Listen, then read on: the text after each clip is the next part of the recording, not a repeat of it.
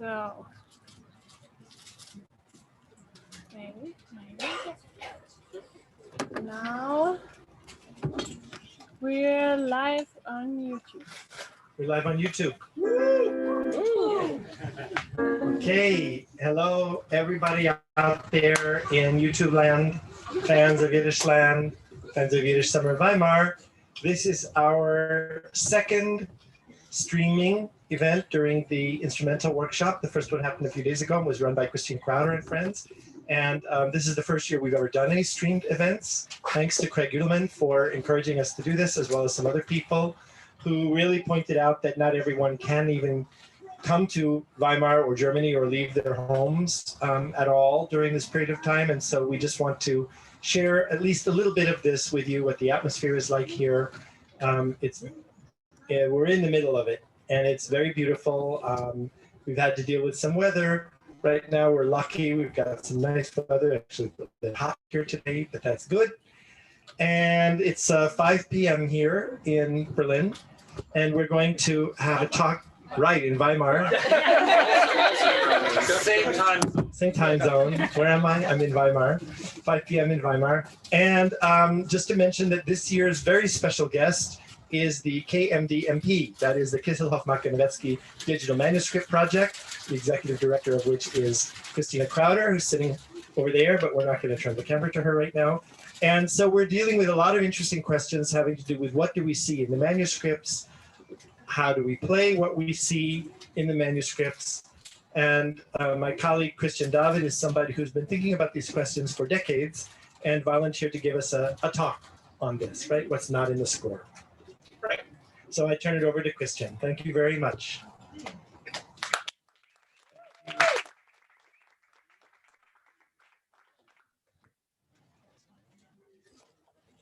So it's not just a talk, right? We want to play.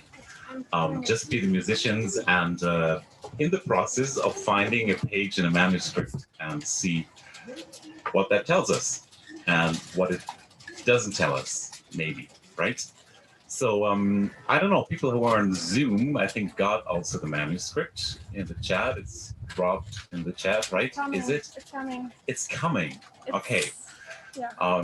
So we will make this slow, and we got some photocopies that are even a little bit harder to read than when you see the actual manuscript. But I think it's fine. We'll be fine.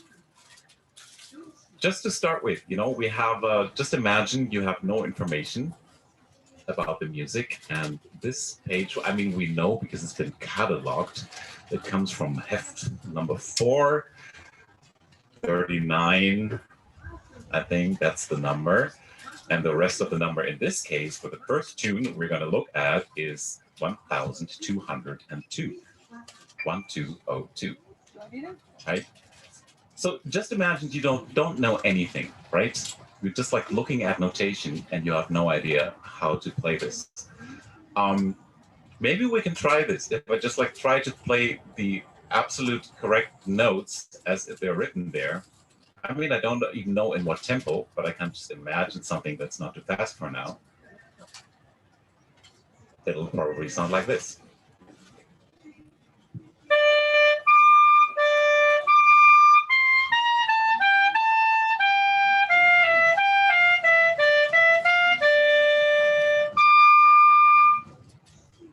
Beautiful, right? Should we just all do that for fun? Yeah. 1 and 2 and.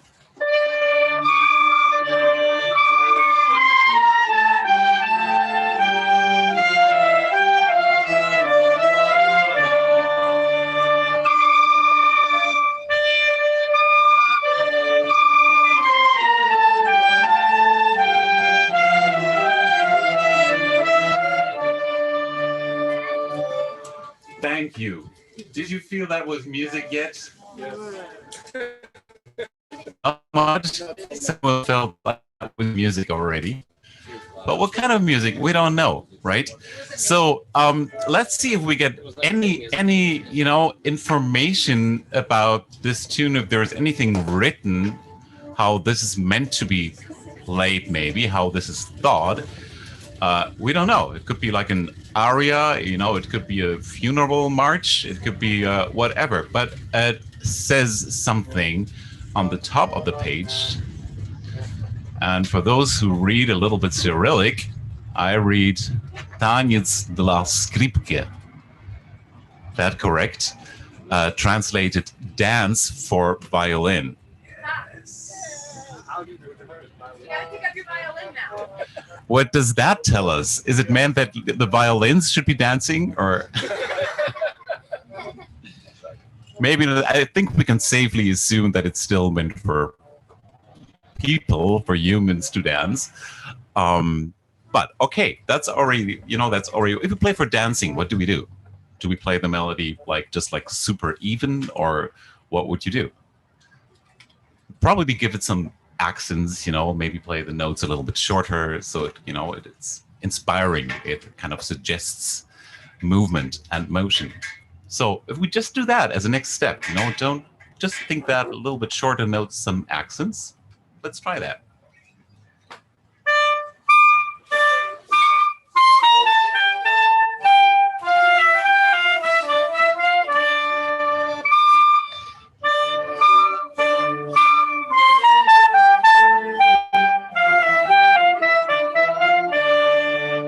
Again.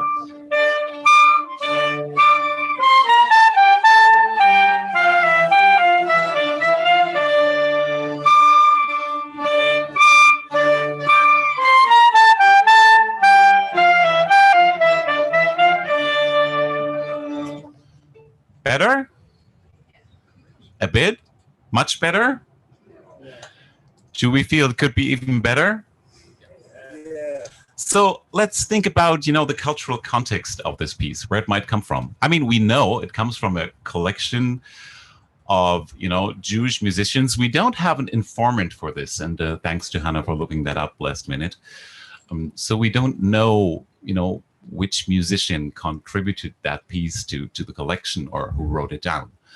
But we could think, it might be a Jewish piece, or it might be a piece that's been played by Jewish musicians.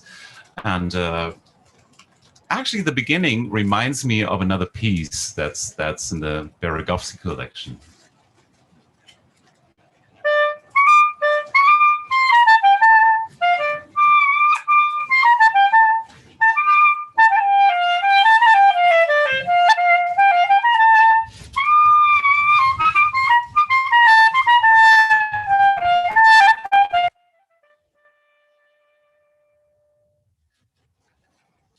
That's what this reminds me of, at least the beginning, But that melody is much more elaborate, it's longer, it's more wordy, which is kind of a Jewish quality, right?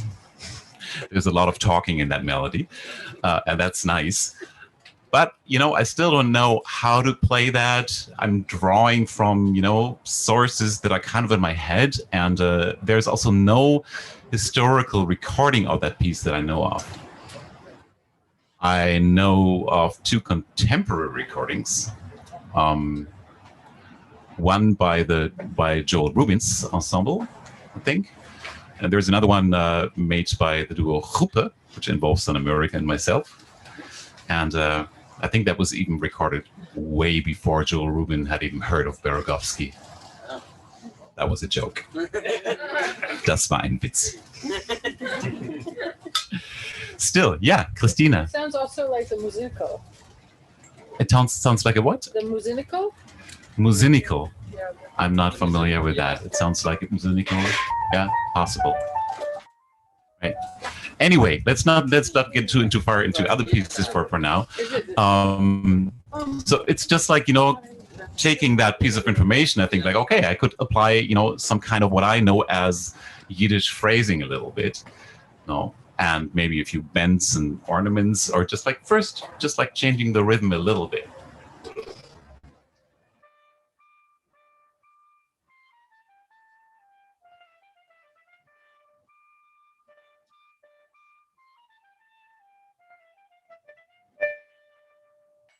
Can we try that? One.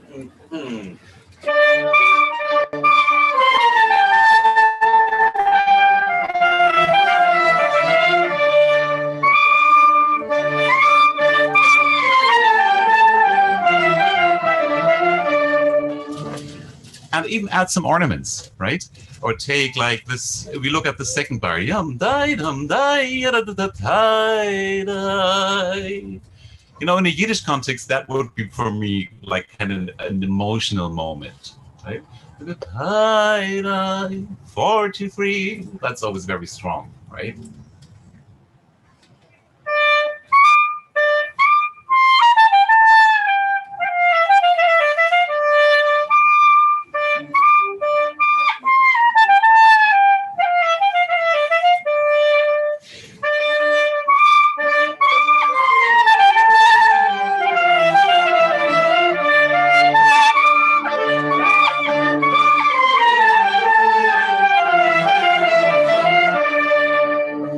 Add a little bit of harmony and rhythm, maybe, can, right? Play a little bit sekund or so. Let's try to make it sound, you know, like a klezmer piece.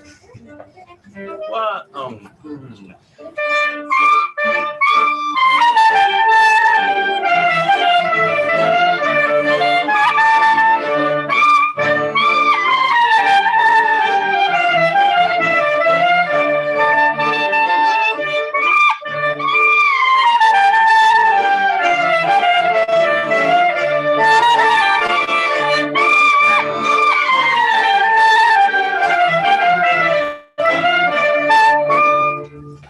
Thank you. Does that sound like someone would like to dance to it?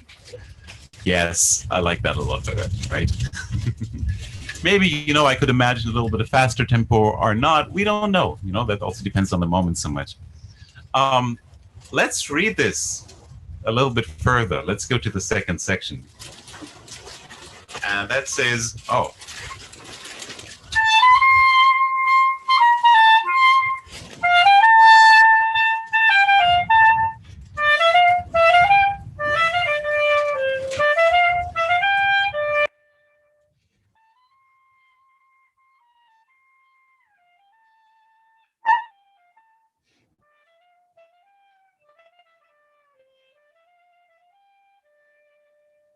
Like to join me? Let's do it. One, two.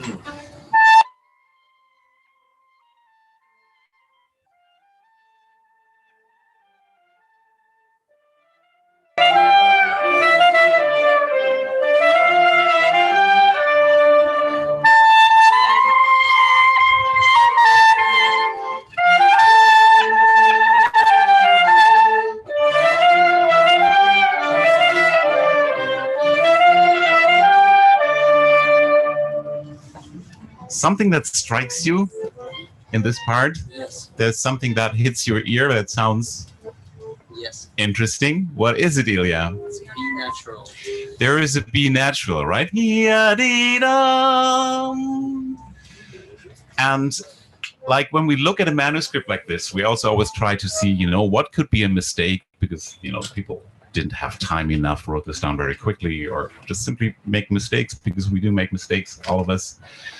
But in that case where a natural is added, you know, I would tend to think that's not a mistake because that's some intention behind it, right? Yeah? Unless it's a transcription of a live performance and somebody... Unless it's a transcription... who played the B flat a little bit too high.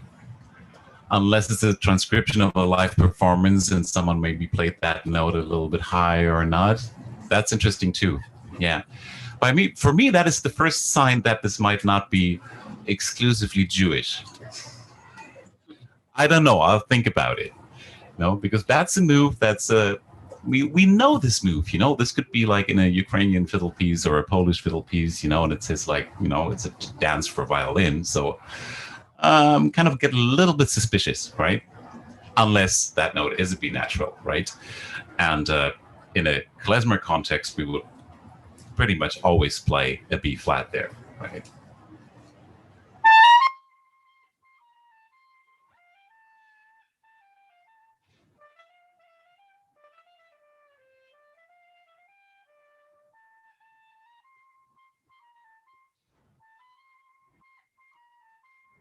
Maybe even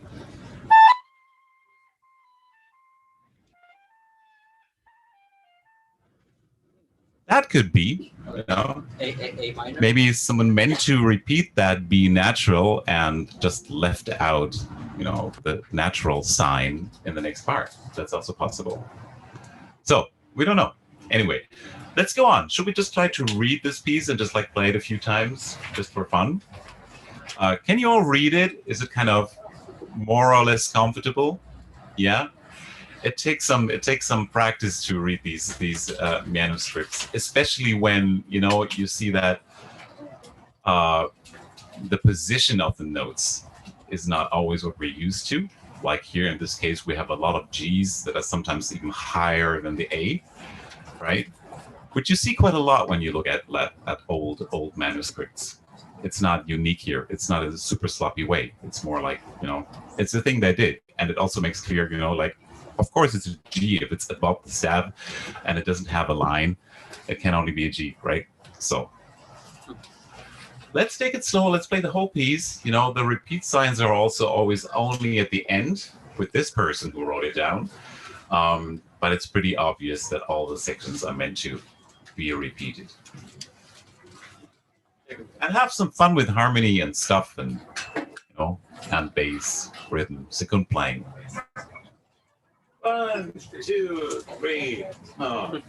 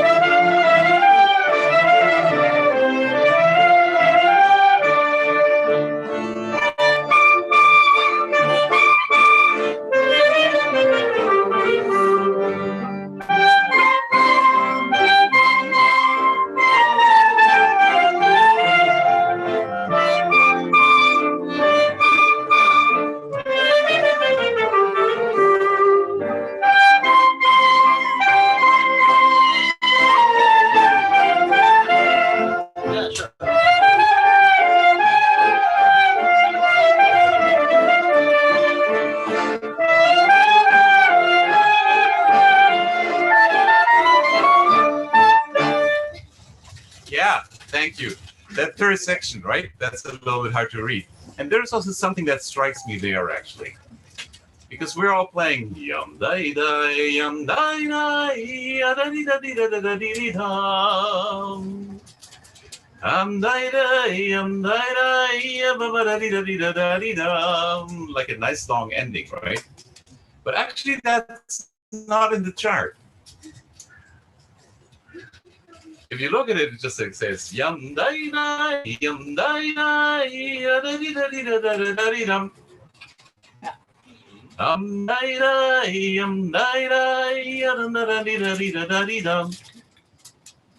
So we don't know. That doesn't sound super Yiddish to me. No, we always tend to like enjoy long endings, but on the other hand, that could come out of an arrangement. That people are used to do that. That could be a baseful at that point, right? Yum dai dai, yum dai dai, yada dee da dee da da dee dee dum, dee dum dum dai dai, yum dai da dai, yada dee da dee da da dee dee dum, bum bum. Alan, you have a thought. What is the name of the original Romanian tune that the famous Yiddish wedding dance is based on?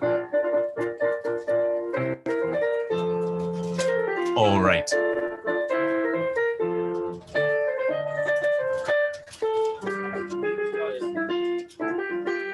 Which I can't play right now, but right. It that seems related. It uses that harmonic world from that in here. And also like the last thing, right? And the harmonic reference. Of all of those idioms. The harmonies it suggested, yeah, it seems to be like really a hybrid, this tune. And right? there's a lot On the other hand, like a sequence like this,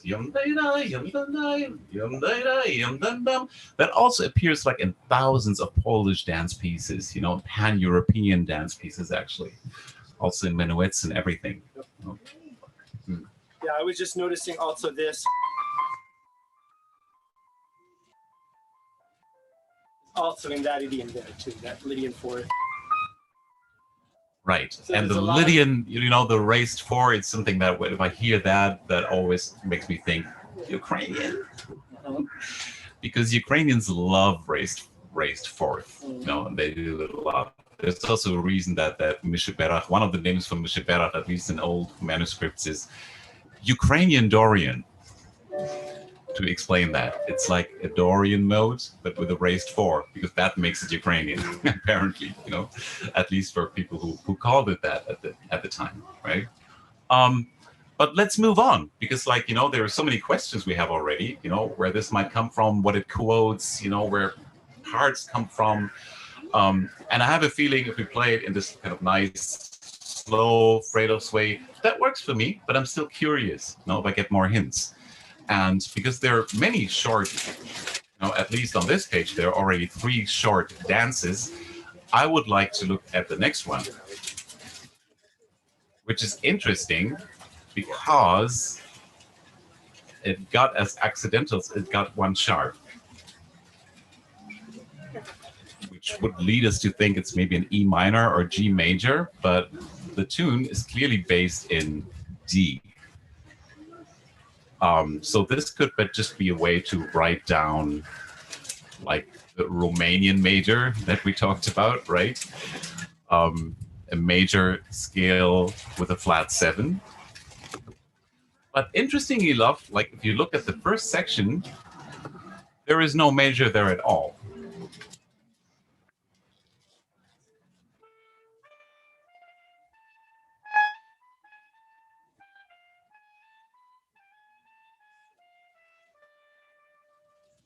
That's what it says. Actually, no, it doesn't say that exactly. If we look at it closely, it says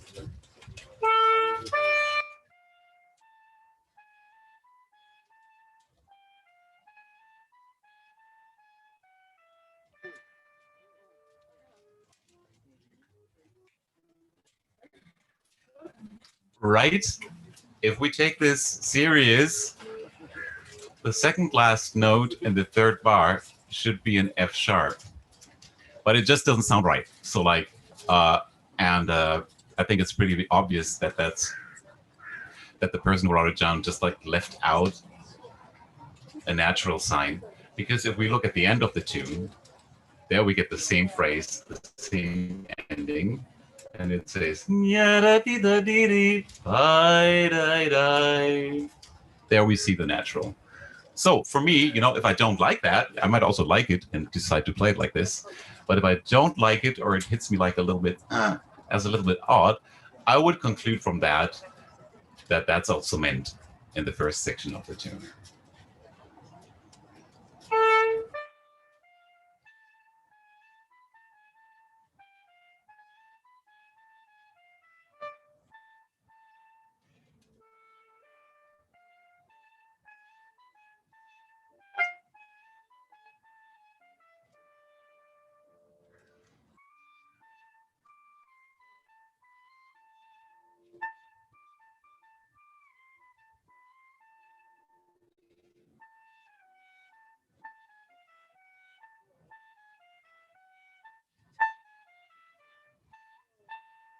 right?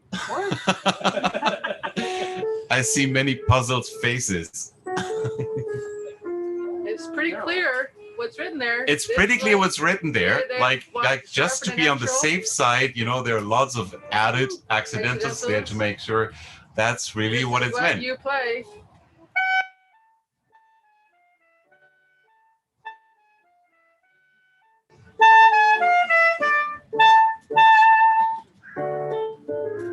I don't think anyone would go. That's a good question, right? But I And can that is a imagine- section. That is a section that clearly sounds less Jewish to me. Yeah. Right. This is something. I mean, we do change modes all the time, right? In Yiddish music, but not back and forth like within 2 seconds, like 3 times. We just like don't do that, or I don't know of any examples where that happens. Maybe we should add it to our repertoire, to our vocabulary. Yes. No. So- yes. Yes. No. No. Yes. Yes. No, we shouldn't. No. Yes, We shouldn't. Yes. We shouldn't. Right. So, and that brings me back to that little natural in the first two, where I think like, oh, maybe we are really a little bit more in Polish or Ukrainian fiddle land, right? Where like they think very modal and play like weird things sometimes, that are very strange to our ears. So, and right, I mean, Alan said if you would harmonize this, you wouldn't do D major, D minor, D major, D minor, D major, D minor, right? I think one solution, if you think that, could be maybe it's just D major all the time, and that melodic conflict, that modal conflict, is just like intentional. It just sounds good to people. Could we try that? Could we just like all loop these few bars there and see how that sounds if we just play it against a strong D major?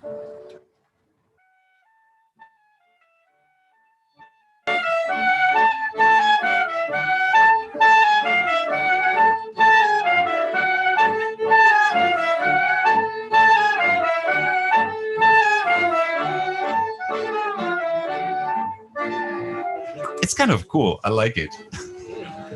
Lots of blue notes. But that also makes me think maybe it's like from a musical tradition that wasn't thinking harmony so much. Maybe it's really from a fiddle band and there's just like one bass or cello just simply playing a D over this, right? Or open DA. Or an open DA, right? Yeah, that we don't define major and minor all the time. Maybe that's not, wasn't so much their thing, right? Let's try to play this tune, the second tune, the 1203, right? And we can go through it and like also experiment a little bit with harmonies or what you think, right? What strikes you also, like if you think there's a wrong note, try another note. Maybe that's even wronger, or maybe you think like, oh, that's great. I know that one's a little bit hard to read because of the very thin accidentals. But, it's a tune with a lot of melodic conflict. So if you don't hit, all the accidentals, that's also fine. Yes, Daniel, you have a question. It's also a bit sabah as well. Yeah. That phrase. It's a little bit, Sabah. like getting into Makam Yeah. world a little bit. Yeah, Sabah. Okay. Yeah. Right. Well, there's a relation between all those styles, right? Especially when you look at more Southeastern Europe, and the Ottoman Empire and that. But that's a whole different lecture. Okay, let's try to play. Okay. 1 and 2.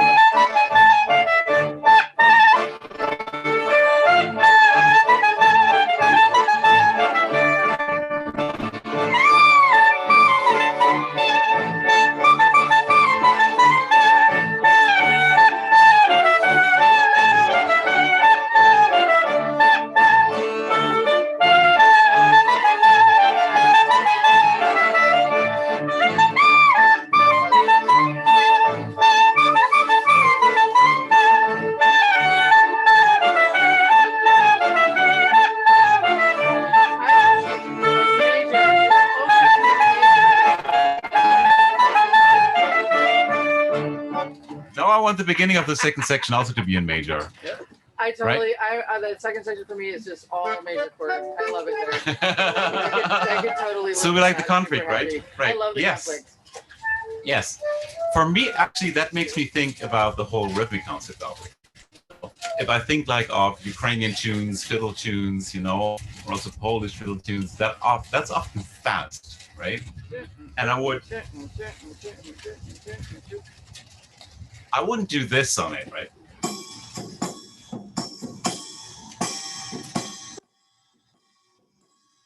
But I would like do what my Ukrainian friends do. It's like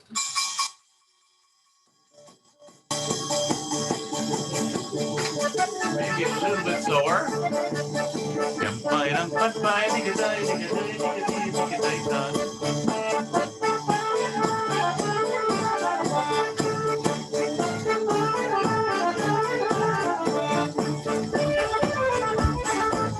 Yeah, let's try to play.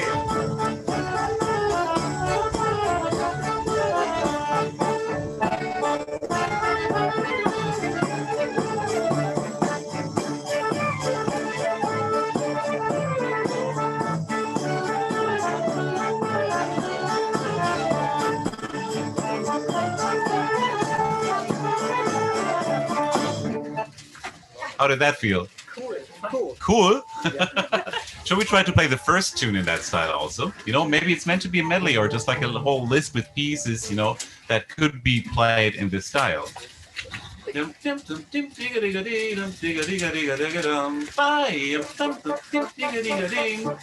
maybe also feel free then to do in the second section the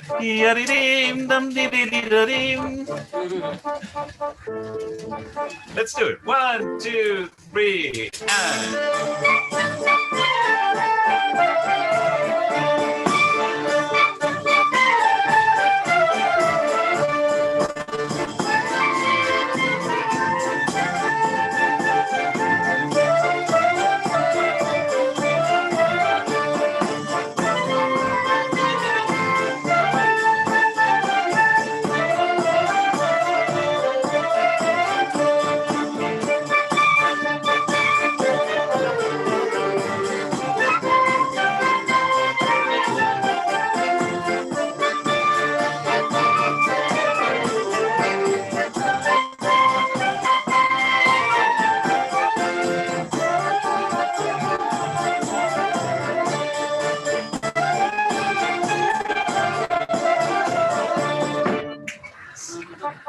what did that feel like?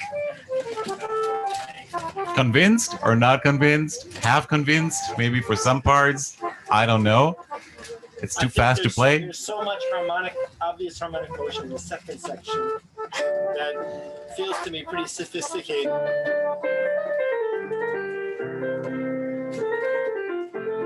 It really leads right out of that. Yeah, it sounds just like there's so much harmonic motion in the second part that we kind of run over that, right? If we play too fast. In that section. Yeah, in that And also section. if we interpret it too simply harmonically. Yeah. Yeah. But the second part, I really like this, and it reminds me a little bit of back in 1993, Brave Old World and some friends went to southern. Do you want the microphone so people on Zoom can also hear this? Okay, very briefly. Back in 1993 or maybe 94, Brave Old World and some other people, Deborah was with us, I remember, went down to southern Poland. The festival in Krakow took us down there to meet some whistle musicians. And after a pretty shocking entrance, they played this for us to welcome us. I'll play it. Okay.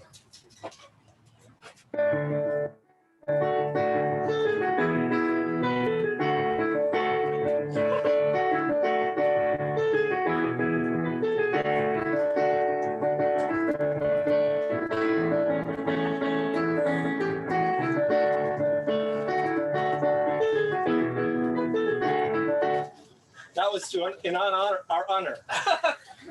I like that version better, actually.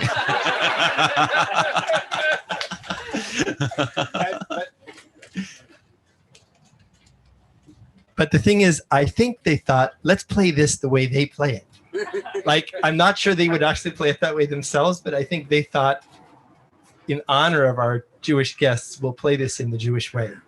that was the Jewish way, I think, but I'm not sure. So I think until now we have like more questions than answers, right? I mean, we can always find our own musical answers, of course, right? And do what we like, what this feels like. But there seems to be so much information in these pieces, right? And we can't just think like, oh, this is clearly a Freilachs, right? When even the different sections of this first piece seem to work in different tempos for us, right? I mean, for me, the first section totally works in a fast tempo. That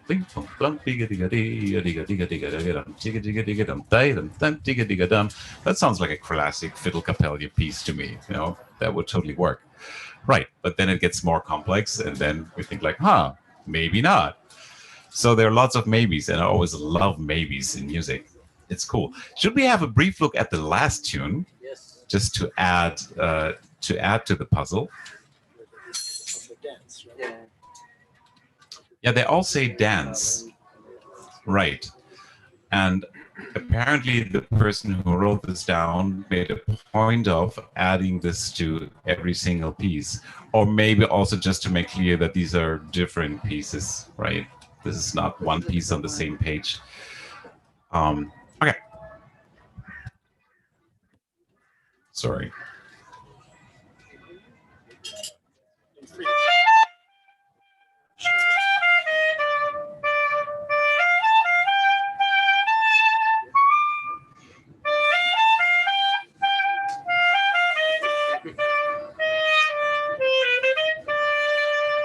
F sharp in the key signature.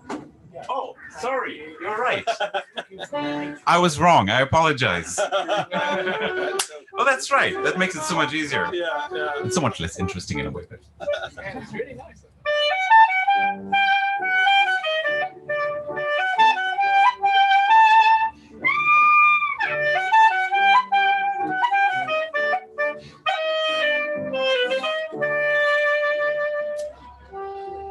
Sounds Jewish somehow, right? At least the mode suggests it's, or like more how the mode is used, right? Let's look at the next section.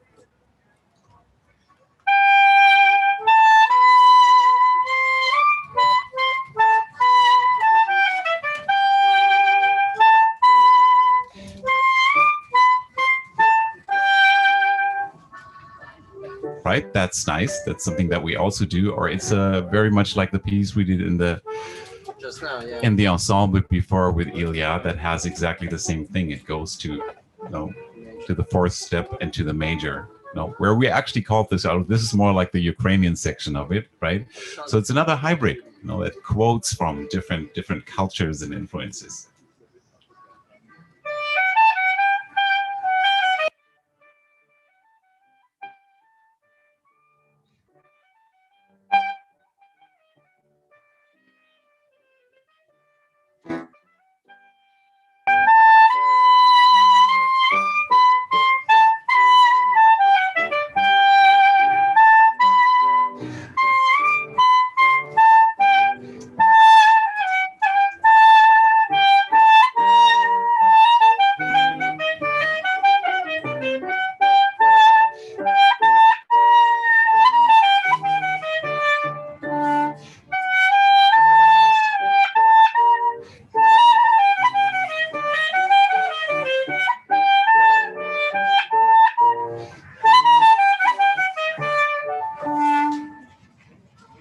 Right, for me, that sounds totally klezmer.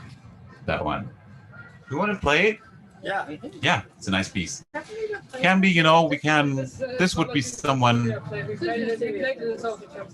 We played this last night, by the way. You played it last night at the jam session. Yes. That's so cool. It's already Right. it's already migrating into our repertoire.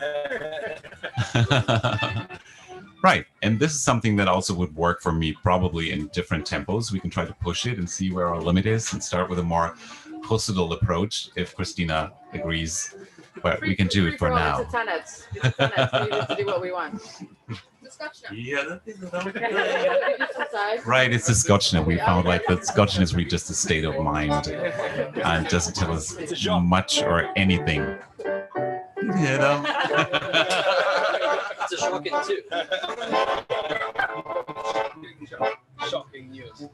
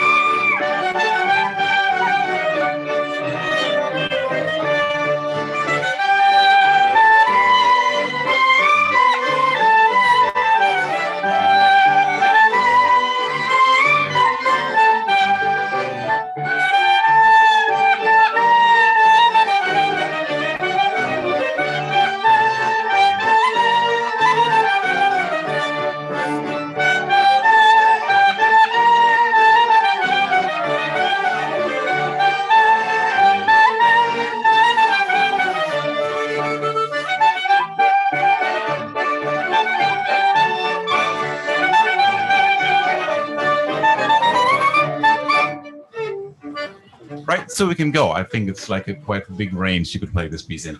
Interestingly, I think we all had the instinct to double repeat the sections, right? Because it feels so much like a Jewish piece that kind of needs bigger units, maybe also to fit dances where people go for 16 steps maybe, and they want to go back in another 16 steps and not go right to the next session, right? Do we also want to try that?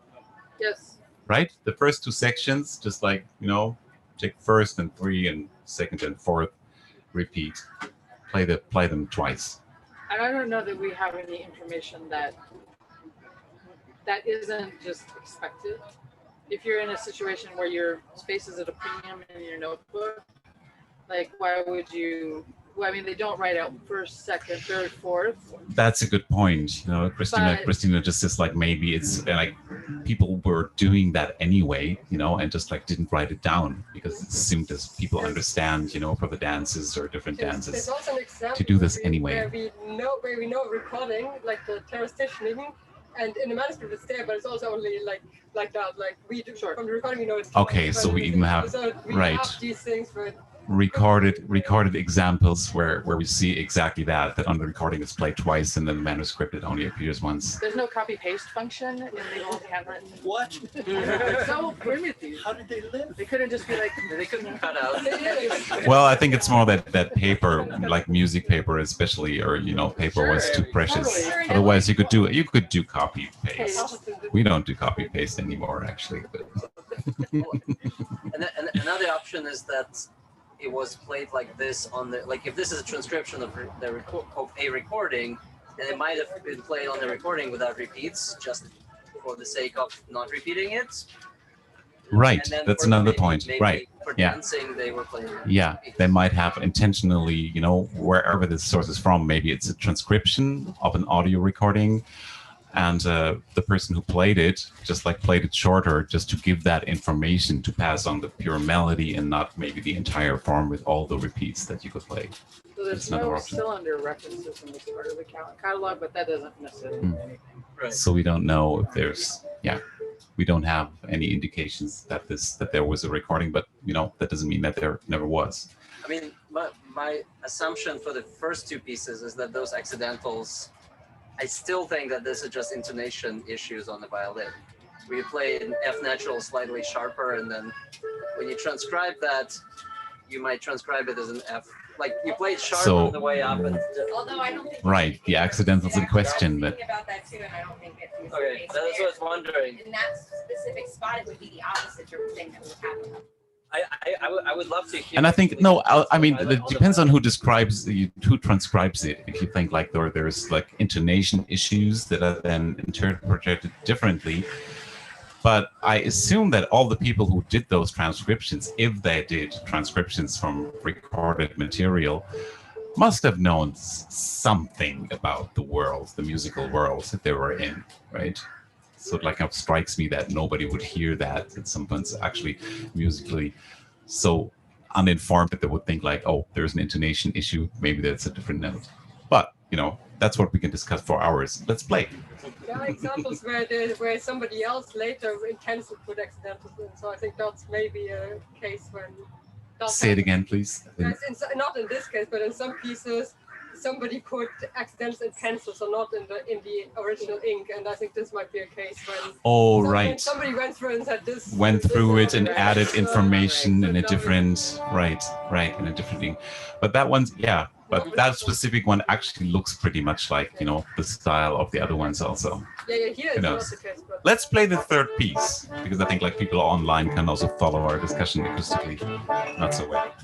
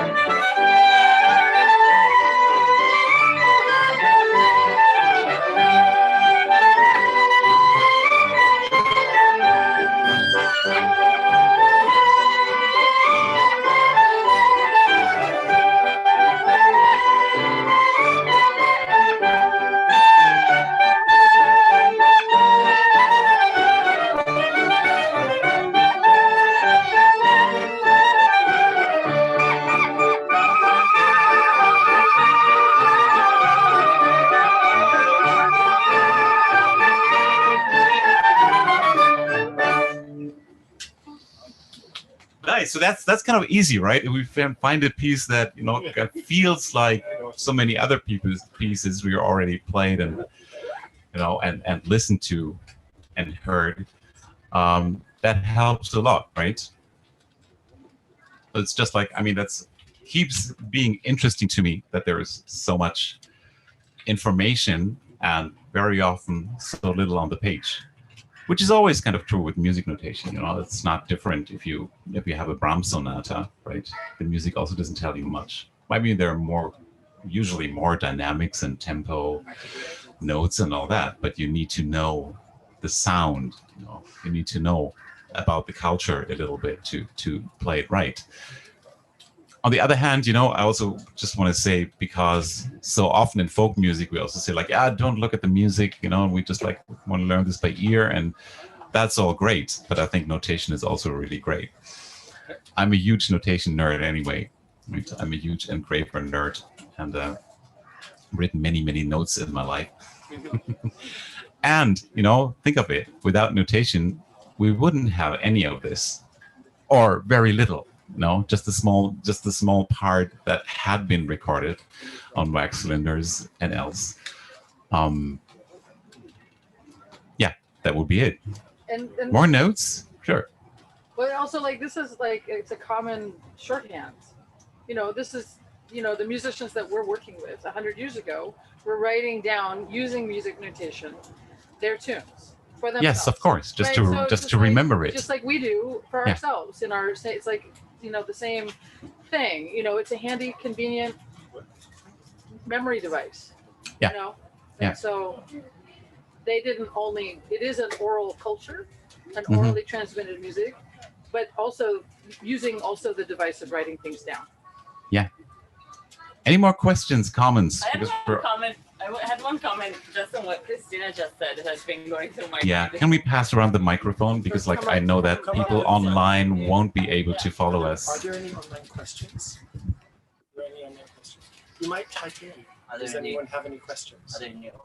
I was just thinking of how, like, this whole expedition and the whole fact of writing this stuff down. Of course, no one of the people who did that could have been aware of the fact that 25 years later, this whole world would have been wiped out. But like, it brings shivers to my skin every time I think about it. And I was thinking how similar in a way it is to like the biggest operation of this kind of Jewish history, which is the writing of the Talmud. In the 2nd century AD, a guy called Yehuda Hanassi decided that, and I mean, maybe he was a little more aware because there were more signs around of what was going to happen. Like he foresaw that the Roman Empire was conquering what would become Palestine, and the whole unity would be destroyed in just a few years. And he said, either we write this down now or we will have lost it. And we have survived for 2,000 years because the Talmud, the Mishnah, and then the Talmud was written by these people. So I keep thinking about, parallelism between these two stories. I feel like, is that okay? Yeah, and go up in front of the camera. Okay. I agree with you 100%. And I think, the years of 1912 and 1913 were not just peaceful, happy-go-lucky times. I don't think it's true. We don't have an awareness. They didn't know that the First World War, never mind the second one, and the Great Depression or any of those things were in front of them. But I feel, maybe this is wishful thinking, but but those were not quiet years. We don't think about them too often because we're accustomed to thinking about what happens afterwards. This huge cataclysm unfolds, but there's the pressure pot is pushing, and 1905 there's a revolution happening in Russia, and things are changing, and I think my feeling is that Malta Ryder hands over his notebook. I think many of these people, they didn't have an awareness of what was going to happen, but I think they did have an awareness that things were changing. And so I do think, and I had this experience also with Dave Levitt, and he's collected a bunch of manuscripts. Like he's a 4th generation klezmer from in New York, and because he was part of this klezmer universe, and some of the other klezmorim in New York passed away, and then their descendants, musicians, they gave their manuscripts to Dave, I kind of think like because they knew that Lauren he was has a two klezmer, numbers that are pretty that he is a similar. klezmer, and he's from a klezmer yiddishs. Maybe we just And cut so one. I think Whatever when these syllables. professors from Moscow, these high intellectuals came through, that people did have an awareness that they would want to share. Patty, can you sit with me a little bit? Put things to the future and save them. So I agree with you, that analysis 100%. I want to wrap it up. Do you have anything you'd like to say at the end? I don't have anything I'd like to say. I think we have so many discussions also, and talks to follow this, but we can't do everything in 1 hour. So, yeah. Well, I want to say out in the rest of the world, first of all, thank you to Christian for doing this. And maybe we can quickly turn the camera around so that people can see what Christian was looking at and where we are. Unless If you don't wanna be in mind, the camera, then. then hide. I got the much But better view. let's just see where we are here. We're out in the middle of the open in Weimar, under a tent, and these are all the people sitting here underneath this tent at now 6 p.m. Hi, everybody. Yeah, right. That was brilliant. You did that great. Thank you. Thank you. And thank you, Lilina, for helping us with this.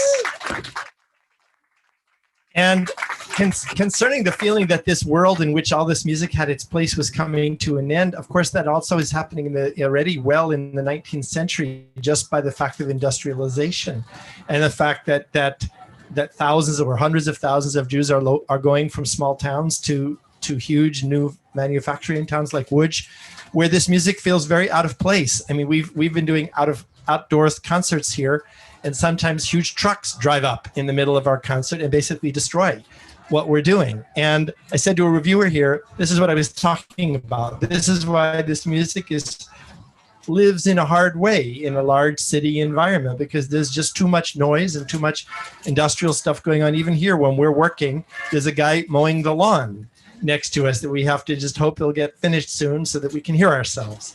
So all the sounds of the modern world, all the machines and the noise and the cars and the trains and all of that also are in competition with this. And I think that's something not to be underestimated either. Anyway, this is a little taste of what goes on here in Yiddish Summer Weimar, very little taste of it. I hope you all out there in the world enjoyed it, and that you'll be able to join us here live next year. And all that depends upon staying healthy and staying safe. Wear your masks, get your vaccinations, keep your physical distance from other people, and keep your emotional closeness to them. Thank you.